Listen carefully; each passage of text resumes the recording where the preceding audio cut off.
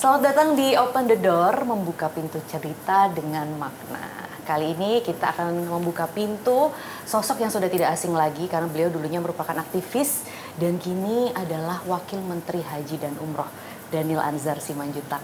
Halo Bung Daniel, apa kabar? Halo, Assalamualaikum Mbak Maria. Baik, terima kasih banyak waktunya Bang Daniel bersama kami di sini di Open the Door.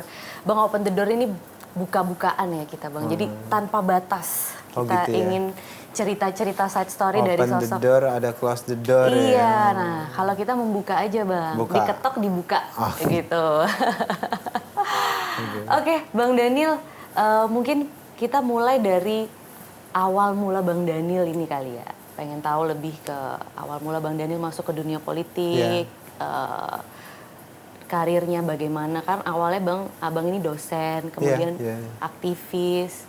Apa sih Bang waktu itu yang membuat kayaknya ini harus masuk ke dunia politik nih? Peran apa yang ingin diberikan begitu? Saya cita-cita saya dari dulu sejak kecil itu jadi dosen Mbak memang. Jadi saya memang setelah lulus SMA, kampus, setelah itu saya terus di kampus tuh, beraktivitas di kampus, aktivisme di kampus, kemudian mengajar di kampus. Artinya dunia saya ya dunia kampus, dunia civil society, dunia kalau istilahnya watchdog gitu ya, dari luar mengawasi gitu ya, mengkritik gitu kan. Jadi itu dunia saya dulu dengan aktivisme, dosen dan sebagainya. Di tahun 2018 itu ada titik balik gitu. Titik balik saya dengan teman-teman, waktu itu saya ingat sekali, saya Pak Busro Mukhodas, kemudian ada Mas Bambang Wijayanto, kemudian ada Haris Azhar dan kawan-kawan pada saat itu. Kemudian di KPK dulu ada Novel Baswedan.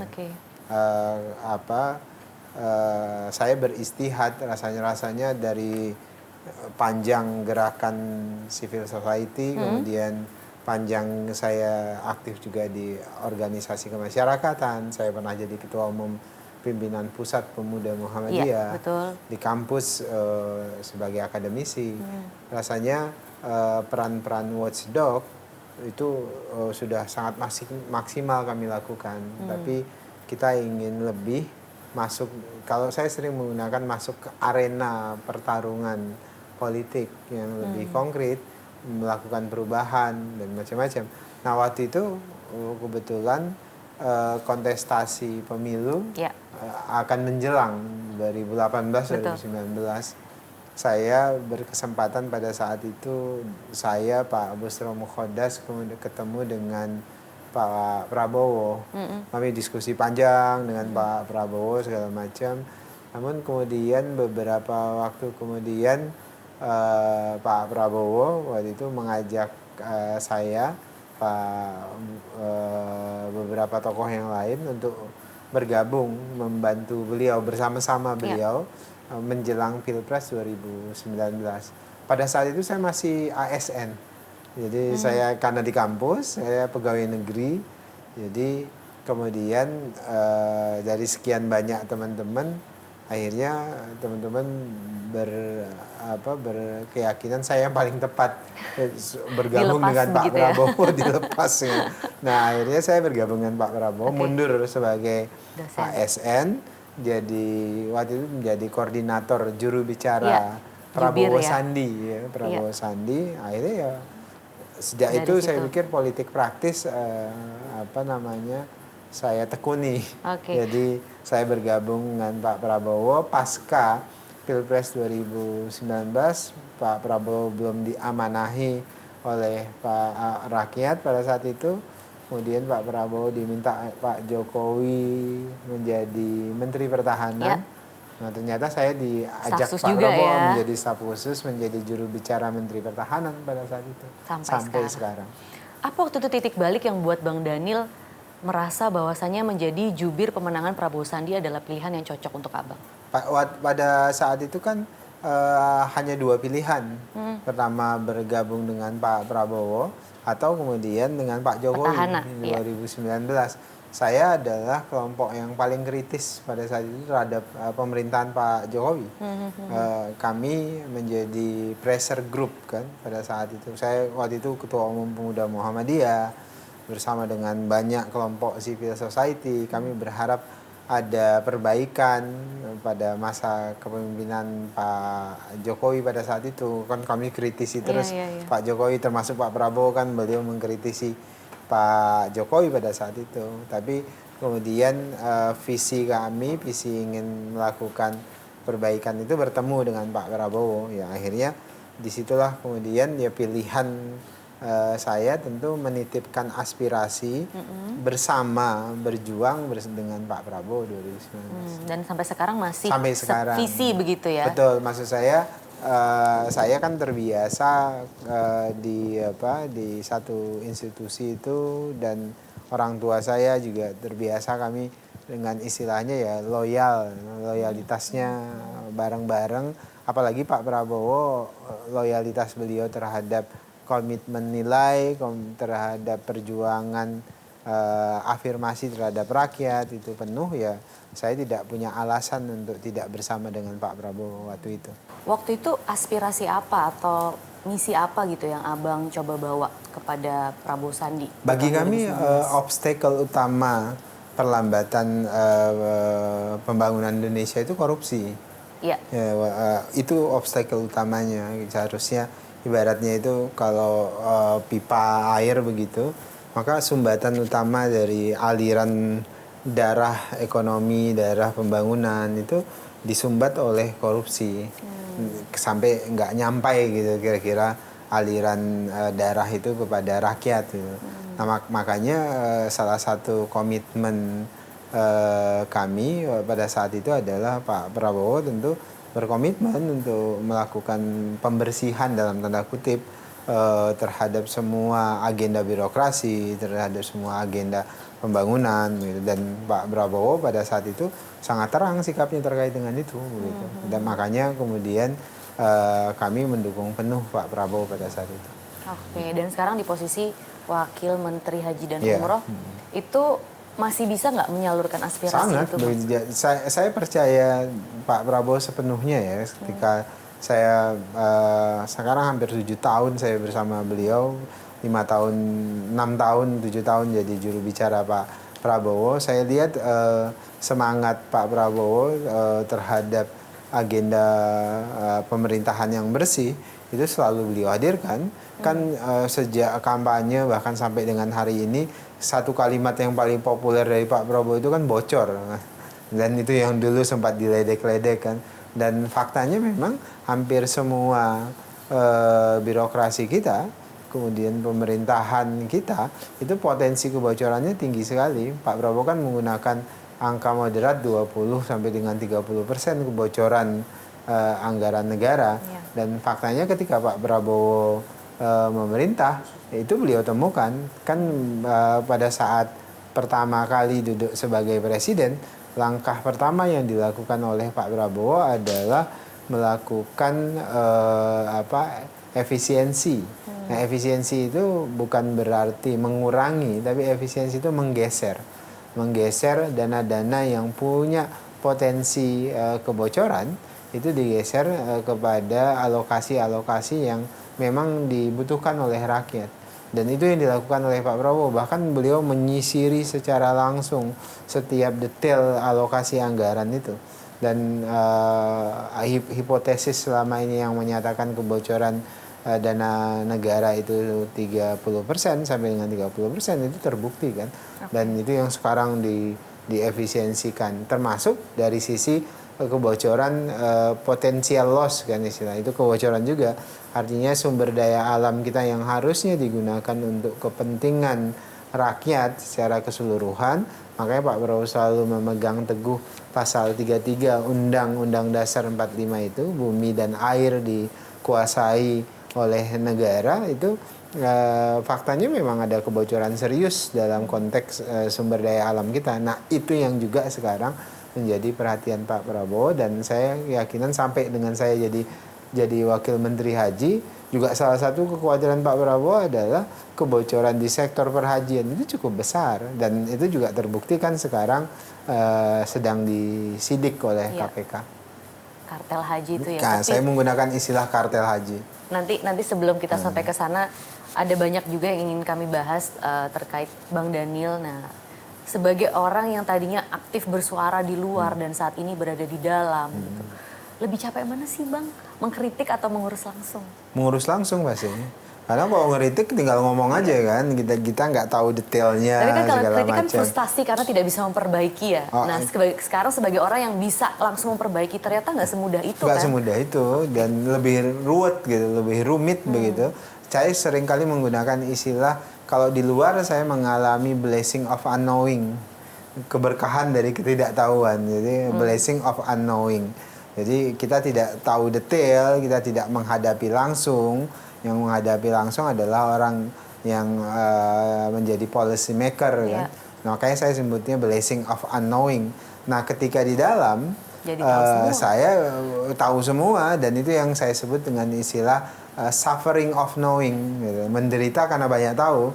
Karena kan berbeda gitu Mbak, kalau kita di dalam kita banyak tahu, banyak semua detailnya kita tahu, tapi kita seringkali nggak bisa mengungkapkannya ke publik gitu. Tetap tidak bisa berbuat banyak juga? Bisa berbuat banyak dengan asal kita punya komitmen, dan saya merasa pada saat saya di dalam, saya pasti bisa berbuat lebih banyak ketimbang saya di luar tadi gitu loh. Jadi tapi di dalam itu tadi saya mengalami suffering of knowing, menderita karena banyak tahu. Karena kan kalau di luar kita sedikit tahu tapi kita bisa ungkapkan gitu. Kita bisa ngomong bebas, kita tidak terikat dengan banyak hal. Sama misalnya Mbak Maria wartawan tahu sedikit, Mbak Maria bisa ungkapkan. Tapi kalau di dalam saya tahu banyak, saking banyaknya itu tidak semua yang bisa saya ungkapkan kepada publik. Sama ketika saya jadi juru bicara Menteri Pertahanan, juga begitu, saya tahu banyak tentang sektor pertahanan, tapi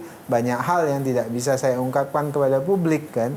Istilah orang Melayu itu, biarlah pecah di perut, sebagian pecah di mulut, sebagian pecah di perut gitu, kira-kira gitu. Tapi suffering of knowing itu menghambat kinerja Abang nggak? Oh tidak, Untuk memang kan memperbaiki. pilihan policy maker itu adalah pilihan bekerja. Kita tidak apa namanya tidak pilihannya itu. Misalnya orang bilang Mbak Maria misalnya bilang Mbak Daniel ini sekarang nggak pernah ngomong, nggak pernah kritik, ya memang bukan itu kerjaan saya sekarang. Kerja saya sekarang itu ya apa, bekerja, action ngerjain gitu. Ketika saya kemarin bukan di pemerintahan, saya mengkritik terus, itu memang kerjaan saya begitu loh. Jadi kalau teman-teman di luar itu mengkritik, ya itu memang kerjaannya begitu. Nah, saya di dalam atau sekarang orang dalam pemerintahan di dalam tidak mengkritik, ya memang harus tidak mengkritik gitu. Nah, ruang kami mengkritik di mana? Ruang kami berdebat di mana? Ruang kami berdebat di ruang-ruang rapat. Ruang rapat ketika kami ingin memutuskan keputusan. Saya misalnya dengan Pak Menteri Gus Irfan di sini, ruang kami berdebat, ruang kami saling mengkritik antara satu dengan lainnya, itu di ruang rapat kami. Misalnya Presiden ketika kami ingin membuat keputusan, ruang diskursusnya itu adalah ruang rapat kabinet atau ruang rapat terbatas yang beliau memberikan ruang kepada seluruh anggota kabinet untuk memberikan pendapat, untuk berbeda pendapat dan sebagainya sebelum beliau mengambil keputusan. Nah, tapi Bang, setelah masuk ini masih bisa nggak sih mempertahankan idealisme Abang? Benar-benar Abang itu bahwa merasa apa yang Abang lakukan sekarang itu sesuai begitu sama yang Abang cita-citakan dulu bergabung ke sini, membawa aspirasi? Iya, kan begini Mbak, ketika kita menjadi policy maker, kita dihadapkan dengan pertemuan dan sejauh mana kita bisa mempertemukan realitas dengan idealitas. Gitu ya. Ini realitasnya, ini idealitasnya. Idealitas itu cita-cita kita. Ketika di kampus semuanya teori-teori yang kita bawa, isme-isme yang kita yakini, gitu. Itu kita bawa. Nah, realitasnya kita akan bertemu dengan fakta empirik di lapangan. Ya, faktanya seperti apa? Nah, mempertemukan realitas dengan idealitas ini tugasnya adalah supaya nggak ada kesenjangan yang terlalu luas. Jadi yang kita cita-citakan dengan realitas yang ada ini artinya bisa nggak kita rapatkan. Nah, upaya sekarang saya sebagai policy maker itu adalah merapatkan idealitas dengan realitas itu supaya dia nggak terlalu renggang gitu. Kenapa? Saya bekerja di ruang realitas di mana idealitas saya, idealisme saya itu harus saya capai. Nah, itu yang sekarang saya kerjakan. Makanya kemudian saya ingin pastikan komitmen, misalnya komitmen kami dulu melawan, saya nulisnya aja judul buku saya Dinasti Rente, Nalar Politik Rente, itu tulisan saya, buku-buku yang saya tulis. Artinya komitmen perlawanan saya, komitmen perlawanan terhadap praktek korupsi, praktek rente politik, praktek manipulasi dan segala macam. Dan komitmen itu yang saya bawa ketika saya menjadi wakil menteri, dan komitmen itu juga yang saya tularkan dan saya jaga supaya di lingkungan kami itu tidak berlangsung. Tapi sulit nggak, Bang? Pasti. Kalau ditanya sering nggak sesuai ekspektasi? Iya, pasti gitu. Saya dulu mengira birokrasi itu bobrok. Saya mikir ternyata saya salah, lebih bobrok, Mbak. Oke. Aduh. Nah, makanya ada PR. Oke. Ada PR kita untuk memperbaiki itu. Makanya saya tidak ingin mengatakan bahwasannya tidak ada kesempatan. Masih banyak sekali birokrat, kemudian ASN segala macam yang punya komitmen. Nah, tetapi mereka seringkali terjebak pada ekosistem yang tidak mendorong mereka untuk bisa melakukan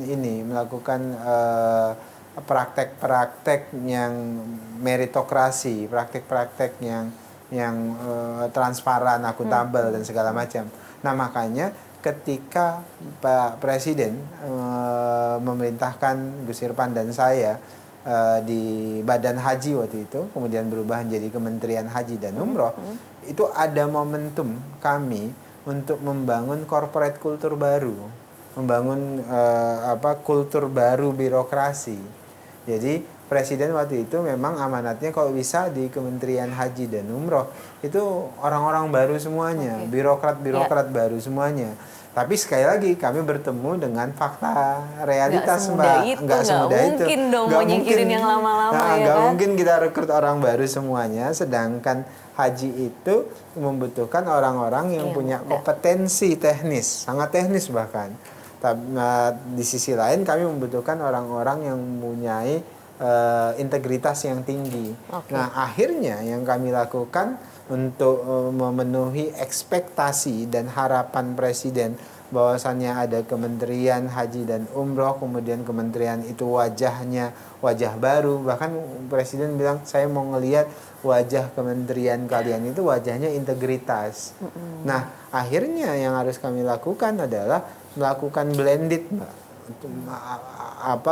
Dari semua elemen kami undang untuk berada di sini dengan screening yang ketat, walaupun kami tidak bisa bilang itu akan sempurna, begitu, pasti banyak sekali kekurangannya.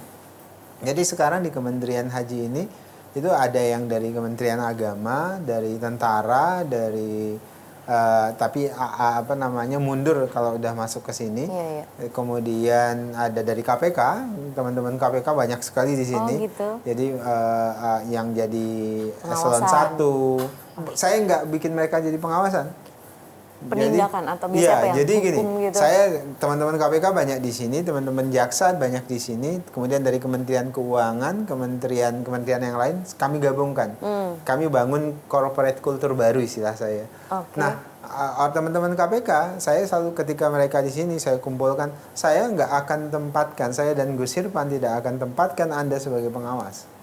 Karena apa? Tantangan sesungguhnya dari perlawanan terhadap praktek korupsi itu bukan ngawasi, tapi Anda langsung menjadi pelaksana. Kan selama ini mereka itu penyidik, mereka itu pengawas. Ya Mbak, kalau kita di luar itu gampang loh Mbak. Siapa yang mau goda kita? Ya kan? Tapi kalau mereka yang langsung jadi tim pengadaan, kemudian mereka yang punya policy segala macam, disitulah godaan terjadi. Nah makanya semua teman-teman KPK di sini sebagian besar itu justru saya jadikan tim pelaksana. Jadi mereka yang bertanggung jawab. Nah nilai integritas yang sesungguhnya bukan ketika Anda jadi pengawas, tapi ketika Anda jadi pelaksana. Kenapa? Kalau pengawas ya gampang, Anda tinggal ngawasin segala macam. Ada godaannya pasti, ada juga. Bahkan bisa jadi lebih besar gitu. Nah, tapi pelaksana itu Anda langsung melaksanakannya, godaannya langsung dan macam-macam ya. Misalnya ya, Mbak. Kita pengadaan penunjukan syarikah ya. Syarikah itu adalah nanti yang bertanggung jawab menjadi IO-nya segala macam di Saudi. Itu yang kita tunjuk teman-teman KPK ini yang mimpin. Nah, itu nilai penunjukan nilai proyeknya 2,7 triliun di Saudi sana. Itu kan godaannya pasti luar biasa. Nah, sekarang kami mengirim tim pengadaan konsumsi, akomodasi, kemudian transportasi, nilainya itu lebih dari 3 triliunan totalnya. Nah, itu yang kami Pak Menteri dan saya tunjuk itu adalah orang-orang teman-teman KPK itu. Saya bilang ya, sesungguhnya battleground Anda itu ya ketika jadi pelaksana seperti ini. Gitu. Dan terbukti nggak sudah ada fraud atau apa? Atau mungkin malah berkurang? Ya fraud, alhamdulillah penunjukan syarikah proses yang lain kemarin itu berkurang. Nah kami tidak bisa menuduh apakah ada fraud atau tidak gitu. Tapi yang jelas dalam proses yang tahun lalu itu clean and clear. Kenapa teman-teman KPK-nya langsung di situ? Bahkan kami minta teman-teman kejaksaan mengaksistensi semua proses, termasuk yang sekarang. Ada yang coba-coba nggak? Ada. Jadi yang coba-coba tentu menggoda apa? Saya dapat laporan dari teman-teman yang sekarang di Saudi masih ada yang berusaha intervensi dari pihak-pihak tertentu, tuh pemain lama segala macam, yang bahkan ASN lama yang berusaha tetap mau cawe-cawe main dan itu tetap ada laporannya. Tapi saya sampaikan semuanya jangan terganggu, jangan kalah dengan pola-pola tersebut. Gitu. Tapi kan mereka biasanya punya power tuh Bang, orang-orang kayak gitu. Ya itu yang saya sebut kartel. Nah kan. Nah kenapa? Karena dari hulu sampai hilir itu mereka terlibat dalam proses itu. Oke. Kalau keluarga gimana Bang Daniel setelah metamorfosis yang panjang ini dari aktivis dosen sampai akhirnya? Ya keluarga itu rata-rata tahu kelakuan saya. Jadi pasti mereka sangat mahfum. Saya keluarga terdekat misalnya istri, kemudian mertua, adik-adik saya itu semuanya tahu kelakuan saya. Jadi termasuk adik bapak, keluarga dekat-dekat itu. Jadi dalam beberapa hal mereka tuh tahu saya agak susah berkompromi terkait dengan hal-hal seperti ini. Tetapi biasanya yang agak merepotkan tuh ya yang jauh-jauh itu. Bahkan saya sering bilang begini, ngurusin haji ini nggak bikin nambah saudara, malah saudara tambah jauh. Jadi musuh apa Jadi gimana? musuh. Kemudian teman-teman organisasi kita dulu jadi musuh. Kenapa? Jadi musuhnya begini Mbak Maria. Misalnya ada saudara gitu. Nil, kita berangkat tahun sekian 2030 bisa nggak dimajuin segala macam. Jawaban saya kan sederhana Mbak, nggak bisa. Kalau saya majuin berarti saya zolim berapa orang gitu loh. Nah itu Mbak kira-kira apa tanggapannya? Nggak ada guna kami punya saudara wakil menteri. Karena apa, bantu kita aja nggak bisa gitu. Jadi justru tugasnya di sini mau untuk berantas yang gitu-gitu iya, tapi kan kan. orang kan nggak Iya, akan makanya, nggak iya. akan paham itu, Mbak. Dan itulah yang akan terjadi. Makanya saya suka bercanda ngurusin haji ini. Saya nggak nambah saudara, malah saudara jadi musuhin saya gitu. Karena nggak bisa bantu mereka gitu, nggak bisa, terlepas mereka salah memahami itu gitu. Tapi faktanya begitu, kawan kan. Rekan segala macam kan, karena mereka merasa dekat dengan saya, pasti jawaban saya begitu, dan tapi kemudian mereka kecewa kan pasti. Iya, tapi ya udah mau nggak mau Ya ya, just sudah, that's the way it is pilihannya soalnya. itu. Nah, sekarang mungkin kita ke haji dan umroh sendiri ya, Bang Daniel ya. Dari kepala badan penyelenggara haji Wakil sekarang kepala, menjadi jadi dari wakil kepala, betul, dari wakil kepala badan penyelenggara haji sekarang menjadi wakil menteri penyelenggara haji dan umroh. Ini kenapa sih Bang harus sampai ada kementeriannya? Apa yang berbeda dari yang sebelumnya? Iya, pertama begini ya, ada 3 hal penting dalam konteks ini. Pertama, Presiden melihat bahwasannya semua kebijakan beliau itu fokus pada skala of economic. Jadi misalnya koperasi ya, itu skala of economicnya besar, karena penting. Kemudian di satu sisi dia juga menjadi simbol bangsa, ada nilai ideologis kebangsaan di situ. Nah, koperasi misalnya UMKM itu kan dia skala of ekonominya besar. Kemudian punya ada ideologi bangsa di situ. Koperasi ya ekonomi kita gitu, pasal 33, UMKM gitu, sebagian besar masyarakat kita sektor UMKM bahkan mikro gitu. Nah, haji juga begitu, skala of ekonomiknya besar sekali, Mbak. Potensi perputaran uang di perhajian per tahun berdasarkan Kementerian Investasi itu 40 triliunan. Yang dilayani di sektor perhajian itu setiap tahun umroh saja di Indonesia 2,6 juta orang yang berangkat ke Saudi. Ya, kalau haji 221 ribu. Berarti kira-kira setahun itu ada 3 juta orang yang ke Saudi. Mekah. Dan itu harus dilayani, harus dilindungi dan sebagainya.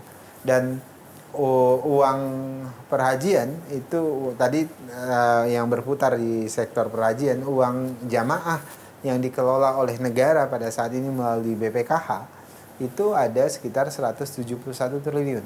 Jadi skala ekonominya besar sekali. Skala ekonominya besar, perputarannya uangnya besar, jamaah harus dilindungi, hak mereka harus dilindungi. Nah, kemudian kedua dari sisi sejarah historis, haji itu punya sejarah panjang di Indonesia. Bapak-bapak bangsa kita itu adalah para haji-haji. Jadi istilahnya itu adalah, kalau istilah Pak Prabowo ini adalah harus menjadi era kebangkitan para haji-haji. Haji Omar Said Cokro Aminoto, itu bapak bangsa kita, bapak guru bangsa kita. Itu beliau-beliau itu pulang dari Mekah ke Indonesia, itu justru kemudian mendorong kemerdekaan, gerakan kerakyatan, gerakan kebangsaan. Haji Agus Salim begitu, Haji Ahmad Dahlan, Haji Hasyim Asy'ari, dan banyak tokoh-tokoh. Jadi haji itu menjadi simbol perlawanan dulu, perlawanan, pergerakan, kebangsaan segala macam. Jadi bisa disimpulkan haji itu jadi simbol perjuangan. Nah, dari dua sisi ini akhirnya Presiden dari skala ekonomi segala macam, kita harus urus ini secara spesifik. Ditambah lagi selama ini kita hanya terbelenggu dengan proses-proses ritual perhajian, tidak diurusi lebih luas. Nah, Pak Prabowo mau ini diurusi lebih luas, selain masalah ritualnya, juga masalah ekosistem ekonomi hajinya, juga masalah peradaban dan keadabannya atau kebangsaannya. Makanya kemudian di Kementerian Haji dan Umroh kita punya visi Trisukses namanya, sukses ritual, itu yang dari berangkat sampai pulang lagi itu ritual, ekosistem ekonomi hajinya, dampak ekonominya, kemudian ketiga peradaban dan keadabannya atau unsur-unsur kebangsaannya. Begitu, Mbak. Jadi malah bukan membengkakkan birokrasi ya. Enggak, dengan adanya kementerian malah ini ya. Justru kita ingin memfungsikan birokrasi supaya mempunyai peran lebih luas. Jadi tidak sekedar, kan selama ini yang diurusin itu ritualnya, Mbak. Kita lupa ada ekosistem ekonominya, kemudian ada kebangsaannya. Nah, ini mulai diurusin dengan keberadaan Kementerian Haji dan Umroh. Ditambah lagi, misalnya ini terkait dengan diplomasi Indonesia. Pemerintah Arab Saudi itu salah satu ketika presiden bertemu dengan Prince Crown itu MBS, beliau juga menyarankan ya, ada hubungan yang setara dengan pemerintah Indonesia melalui keberadaan Kementerian Haji, karena kita jamaah hajinya paling besar di dunia. Jamaah kita paling besar di dunia. Nah, presiden menggunakan Kementerian Haji dan Umroh itu sebagai sarana diplomasi juga. Jadi Mbak bayangkan di dunia ini maka hanya ada 2 Kementerian Haji dan Umroh, yaitu Kementerian Haji dan Umroh Saudi Arabia, dan satu lagi adalah Indonesia. Yang uniknya jadi bahasa diplomasi presiden itu adalah Kementerian Haji dan Umroh Saudi Arabia itu ya wayahnya memang harus ada gitu, karena mereka yang ngelola kan di satu sisi kan itu adalah negara kerajaan, tapi bayangkan ada Indonesia yang ada Kementerian Haji dan Umroh sebagai salah satu simbol, tapi kemudian sistem yang kita anut itu demokrasi. Jadi presiden ingin menyampaikan nilai-nilai Islam dan populasi Islam yang besar di Indonesia, tapi pada faktanya itu bisa kompatibel dengan demokrasi. Jadi ada negara dengan penduduk Islam terbesar di dunia, tetapi praktek bernegaranya, berbangsanya itu menganut demokrasi. Jadi demokrasi itu sangat kompatibel dengan Islam.